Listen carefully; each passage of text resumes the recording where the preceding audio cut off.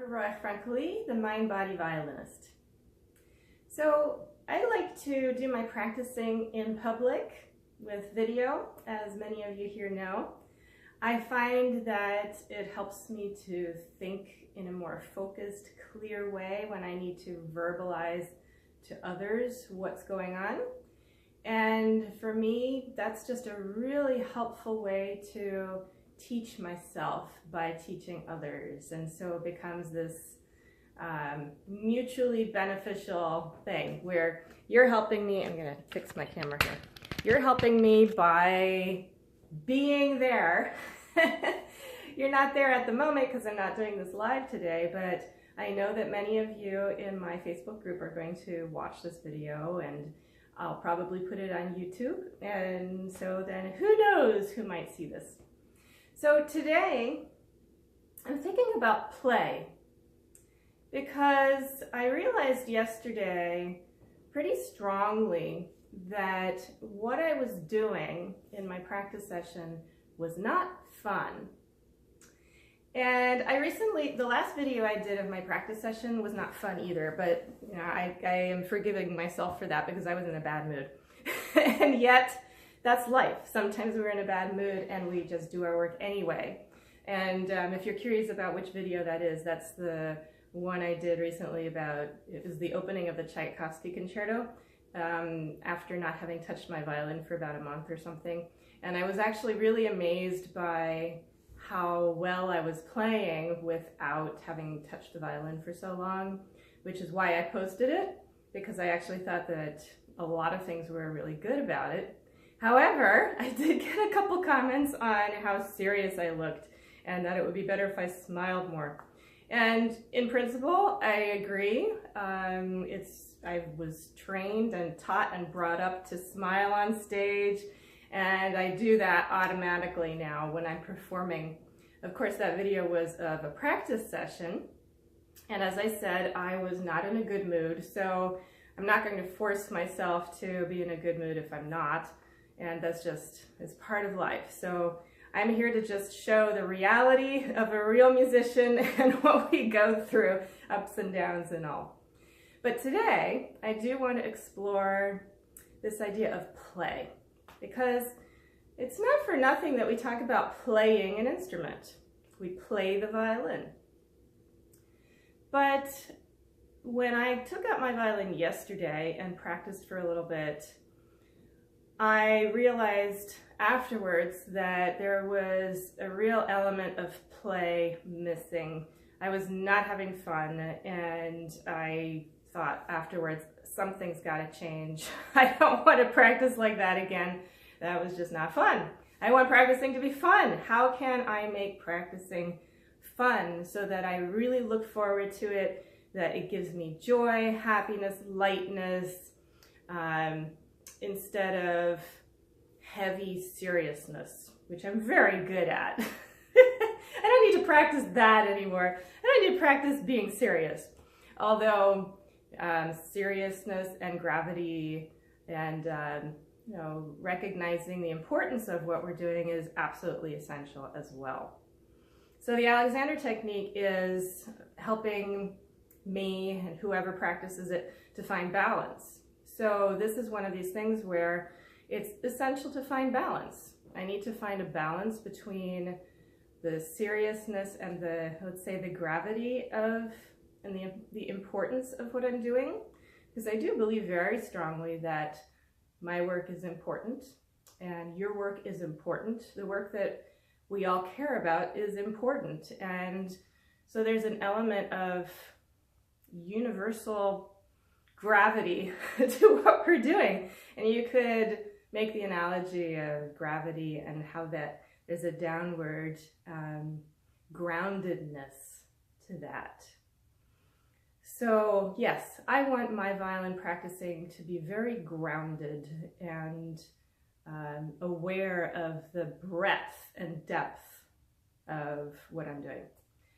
So there's that, but then I need to balance it with this lightness and this joy and this upness, so that we are bringing this downward direction and the upward direction into balance you know, and balance is not something static. So there are definitely going to be down days, and that Tchaikovsky was on a down day. And as I said before, that's just life. And then there are up days. Today I'm feeling pretty happy. And it's sunny, and I got up early, rested, ready to go. I have all kinds of creative ideas floating around in my mind. That makes me happy and excited and motivated to just live. I'm happy. So today's an up day, okay? So we have up days, down days, but Alexander technique helps us to just stop for a moment and first of all observe, and then things just start to come into better balance, all right? So having talked about, you know, I'm really good at being serious. I personally am not so great at fun and play and just lightness. I do have a lot of that in me, and it certainly comes out when I'm teaching. I have a great time when I'm teaching, and my classes, almost 100% of the time we have fun and there's a lot of laughter. So that's really in me, but I want to bring that joy that I find in teaching and in being with others and sharing and communicating. I want to bring that into my personal practicing. So that's my goal, to bring that into better balance for myself. So then I have a question for myself and for you out there. How do we bring play, playfulness, joy, laughter, fun into practicing by ourselves? That's the question I want to start exploring. And it doesn't mean I need to find an answer right away, but I may do this for multiple practice sessions, exploring this question, or that just may be capturing my interest today. I don't know, but that's the question I have for today. And I didn't prepare this video at all. I think spontaneity brings out the best. So I have no idea how I'm going to do this today. So I need to practice. I realize as I'm saying that the first thing I need to do is the same that I do whenever I practice, which is to remember my way of practicing the Alexander technique, which starts with my 3 magic phrases. I'm free. That immediately brings it, that goes hand in hand with the playfulness, instantly and finding an answer. That's very nice. So I'm free to play, I'm free to mess up, I'm free to have a good time, I'm free to find joy in this music and in my playing and in my mistakes. That's a new idea. Can I find joy and laughter? Can I laugh at my mistakes when they happen?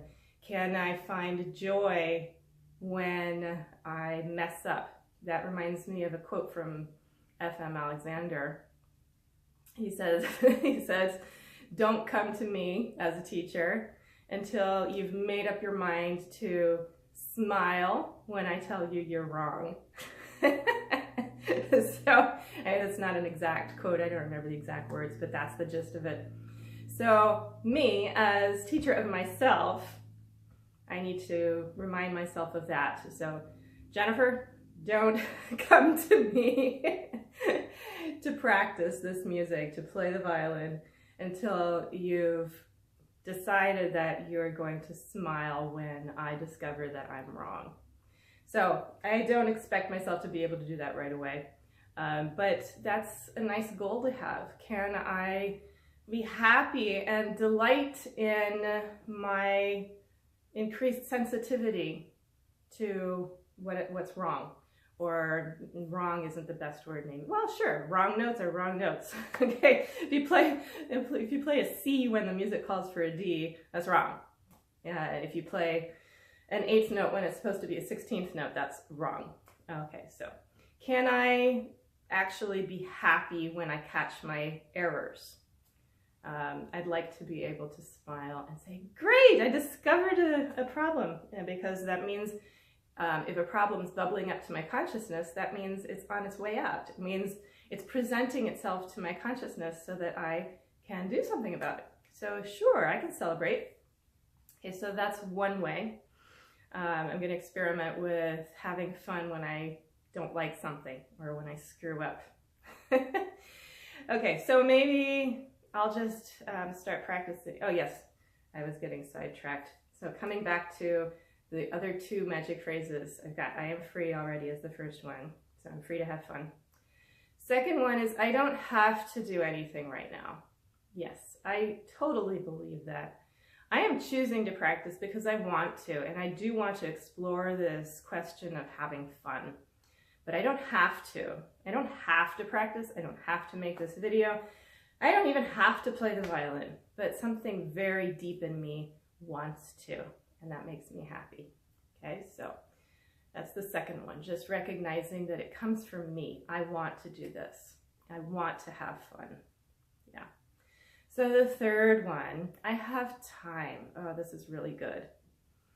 I have time and space. Yeah, they go together.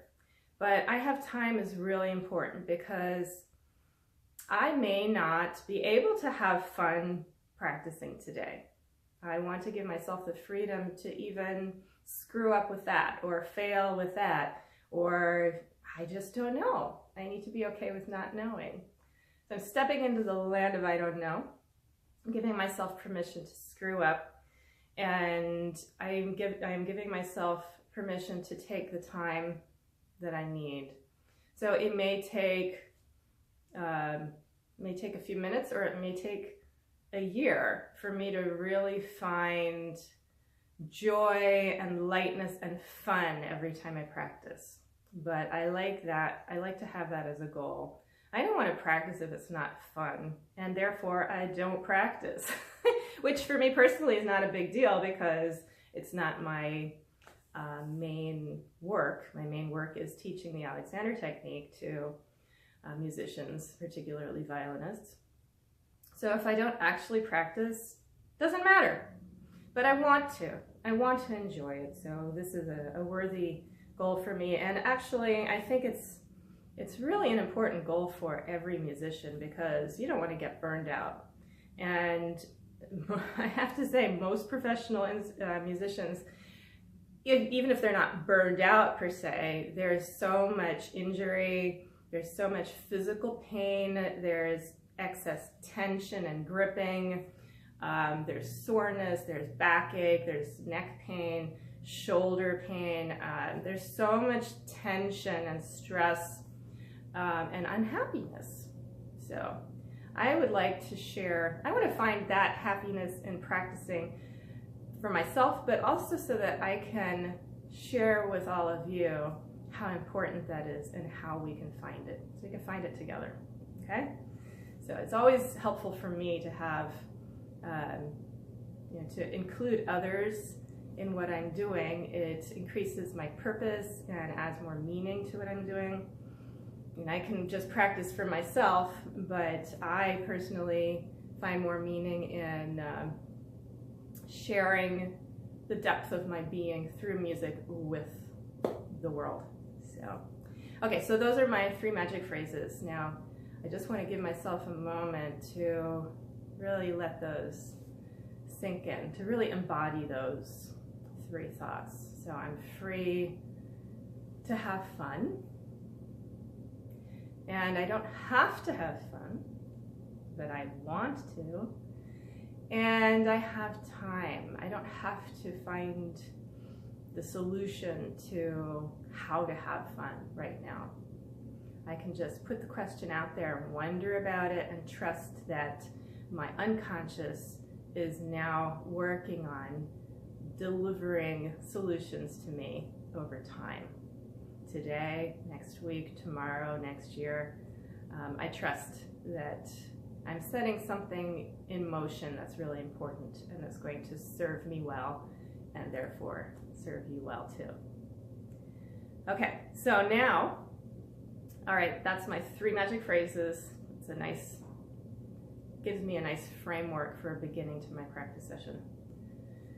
And now, I've already done my Alexander technique warm-ups. I have some Alexander etudes that I do before I practice, including the cycle, which people who are in my Facebook group You all know about the cycle. It's a Primal Alexander Etude by Mio Morales. I share that with my students and have them do that at least, well, usually I have them do it twice a day, in the morning and then once before practicing or later in the day. But it's something to do regularly, often. So I do that almost every time I practice. I start with the cycle. And then there's some other things that I do. So I've taken care of those. Basically, they help me center myself, and just to find more adaptability, more responsiveness, more openness in my mind, body, self, so that I can bring an open mind and body to my music making, and that improves my coordination, makes everything easier, like way easier. So I've done those things today already. And the next step is I'd like for today to choose a really simple little goal. I don't want to make this video too long.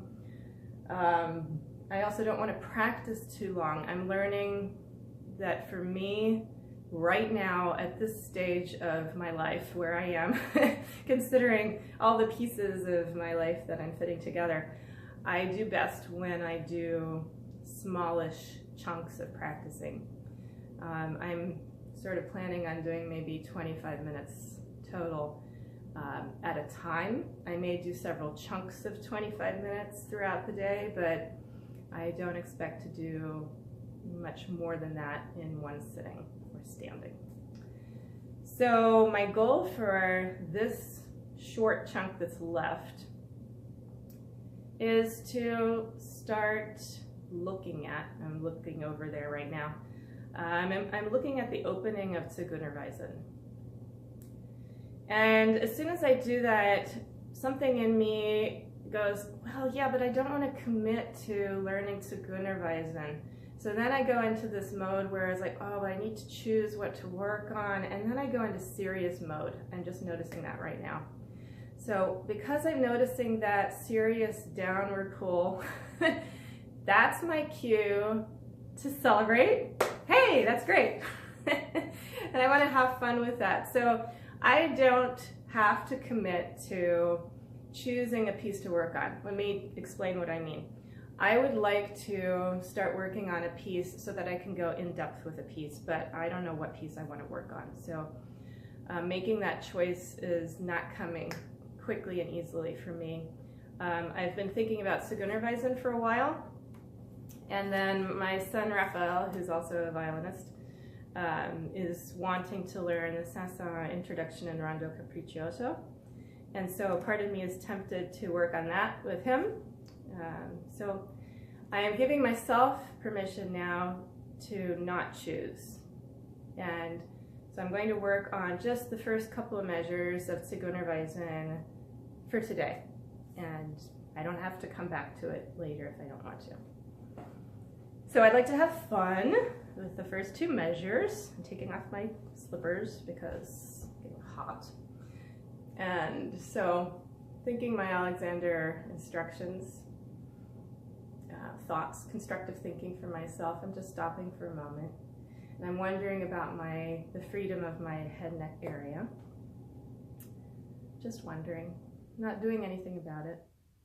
I'm asking with a really light, non-serious touch, how easy is my neck? And I'm going to get my violin now, which is right over here, so I'm not going far. Here it is. And I'm just going to play around with asking how easy is my neck and tightening my bow. I've been doing the cycle recently with my violin on my lap. I've been working on my relationship with my instrument and feeling more and more comfortable with it. That's a completely other topic that is very important to me, developing a better relationship with the instrument. So I'm remembering that I love being close to this instrument. And it is fun to take some time to wonder about how I'm going to explore Zieguenerweisen.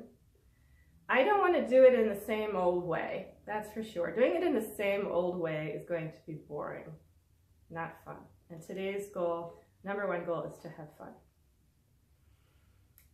So how am I going to have fun with it? I want my creative juices to let loose, see what they come up with. My job is to think, how easy is my neck? And just kind of wonder. So I'm curious what my inner playful self is going to come up with. So I want the freedom to do this wrong, to mess up and find it funny, if I do, which I will. Yeah, so, you know, picking up my violin in an unhabitual, free way. Oh, earring. Is going to be part of my playfulness today. So I'm asking, how easy is my neck?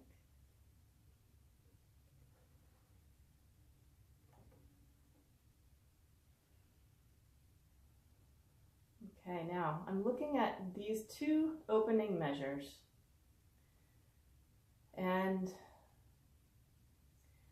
the character is serious. What do I do? The way I even... Sorry about that. My timer went off. I had to turn it off, and that turned off the camera by accident.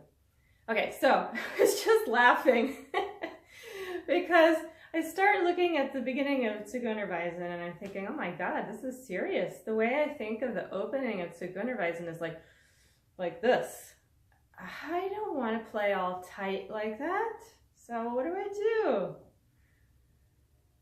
I don't know. Here I have to step into the land of I don't know again.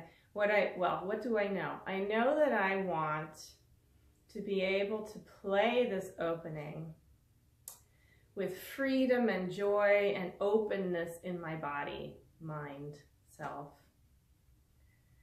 And so it almost has to become like a play, like a theater, like I am the actor and I'm totally free behind a mask.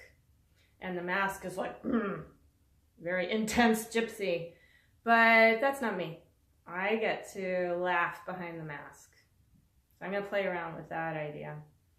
I'm free, Zieguenerweisen gets to be serious. I don't know if that's possible, but hey, it's worth trying. Okay, so that means I want to do whatever I can to let my own life energy flow with ease. So I'm asking, how easy is my neck? Because that is essential, absolutely essential to good coordination and ease of movement. Just to wonder about that head-neck relationship.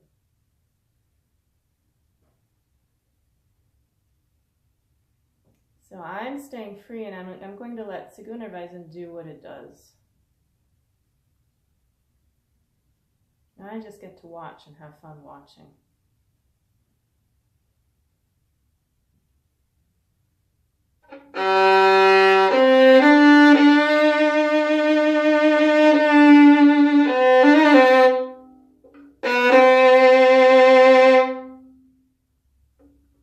All right, so that was actually kind of fun.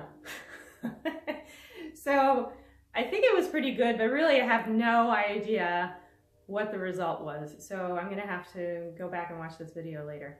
And the reason is that there was a certain detachment between me as actor behind the mask and the music that was coming out. So, all right, now I'm asking myself, do I want to do this again now, or do I want to be done? Because my first instinct was to be like, okay, I'm done, and to run away. But I think that's, no.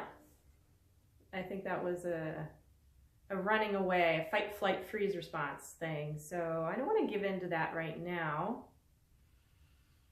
So stopping, remembering I'm free and I don't have to do it again. I really want to check in with myself deeply and ask myself, Do I want to do it again? Yes, I do. Good. So I have time. Do I want it again, to do it again now or later? Now. Okay. I don't want to do it again the same way. That's good. I'm going to play with it again, but I am curious about this.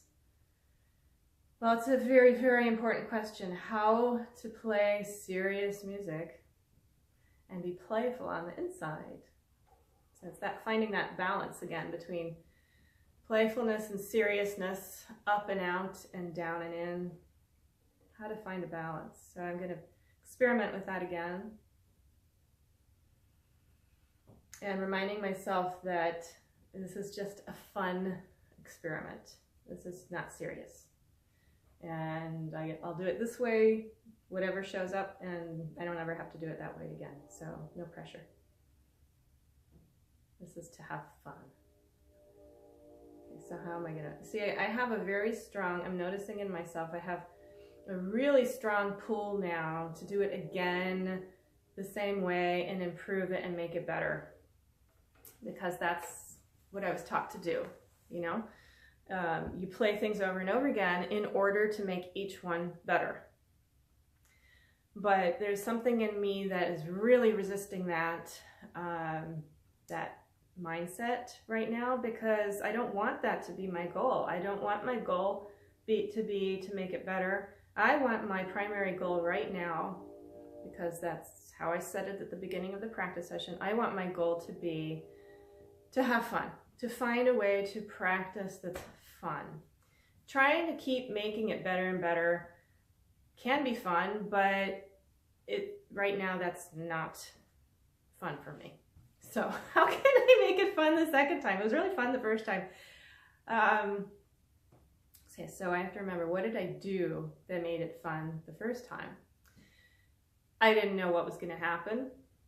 I had a new idea, a novel idea, and I experimented with it. Okay, so I want to start with a blank slate.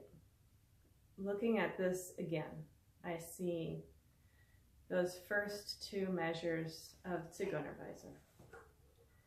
And then I look away, I'm asking how easy is my neck. Looking at it again.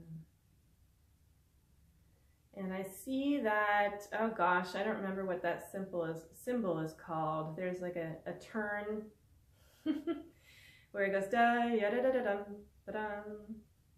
So it's kind of a funny symbol. So that is capturing my attention right now.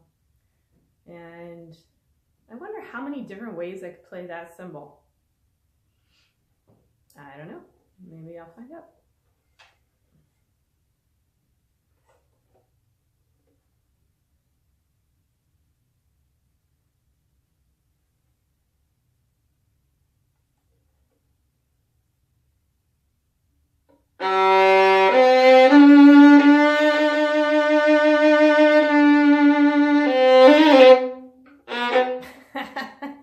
Okay, I got totally swept away there, which was fun. Hey, I laughed! Yay! Okay, so practicing is definitely getting a little more fun if I laugh spontaneously. Good job, Jennifer, good work. Okay, actually that was fun. And I was laughing because I screwed up, which is exactly what I wanted to be able to do. So this makes me happy. I'm starting to solve the problem I started with, which was how can I have fun doing this?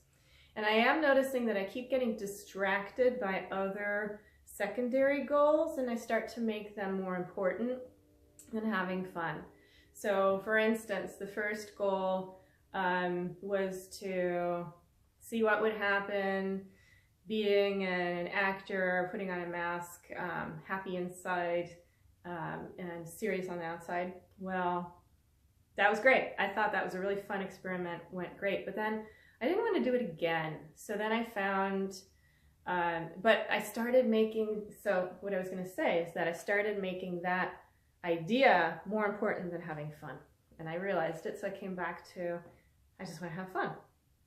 Then I cleared my mind and was open to something new. And then I saw that little squiggle. And I thought, I'm going to experiment with finding out how many ways I can play that squiggle.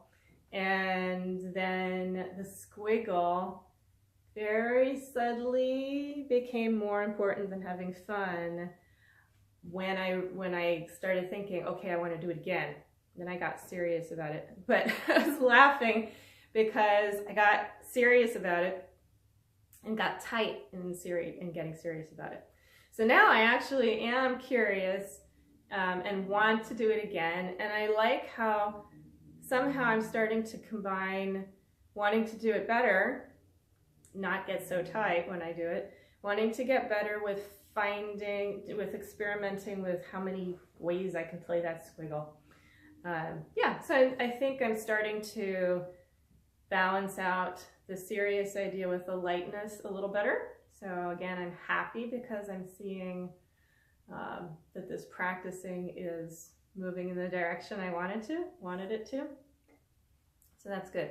And the way I'm making that happen, what Alexander would call the means whereby, the way I'm making that happen is that I keep stepping back and coming back to principle. He talks about sticking to principle. So for me, I always like to come back to my 3 magic phrases, reminding myself that I'm free. I don't have to do anything, which leads me to ask, well, what do I want to do? I want to play around with that squiggle. And then third, I have time and space. So I don't have to do it right now, but I actually do want to do it right now. I am like really curious about doing that squiggle again and having fun with that squiggle.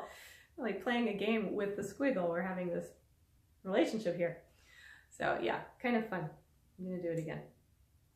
And then the rest of the means whereby is again my Alexander technique, conscious direction, constructive thinking. Yeah, conscious direction of my thinking, which is constructive thinking. And my number 1 operative thought is asking, how easy is my neck? Without any seriousness, it's just sort of, how easy is my neck? And then I move. So, squiggle, here I come. How easy is my neck?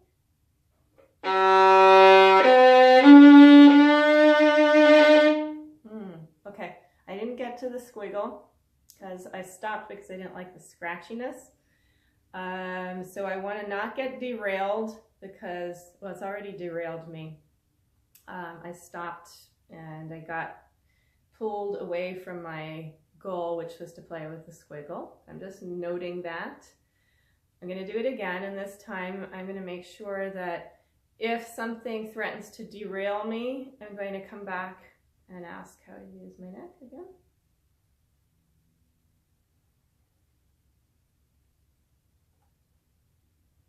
Yes, right. I also noticed that I'm starting to get really serious again. So I'm going to lighten this up.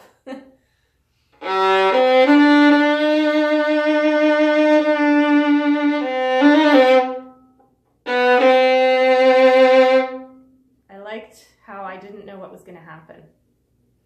I wonder what would happen if I do that again, having no idea what's going to happen.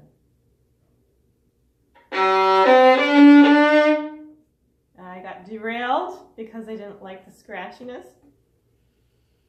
Okay, I need to be clearer about what my goal is. I've lost my goal. I want to have fun, and I wonder what's going to happen with the squiggle this time.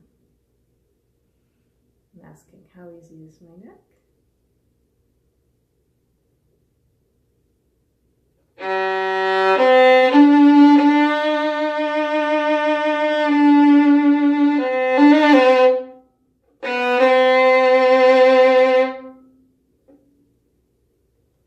All right, so I think that's enough for now. Thank you for being here with me. I actually did have a lot of fun practicing today, and I'm going to quit while I'm ahead because it does take quite a bit of awareness, and I don't want to overdo it. I want to switch my activities now and go do something else, go have fun with something else. And I'll probably come back to this again later today because I want to have more fun with it. So I hope you have enjoyed this and that maybe it gave you some ideas for how you can approach your practicing and start balancing the seriousness with fun yourself. These are things that, of course, I teach I teach to my private students and in my classes. So yeah, we're always exploring things like this, and we do have a ton of fun. So enjoy the rest of your day, and I'll hopefully see you in my Facebook group. Bye.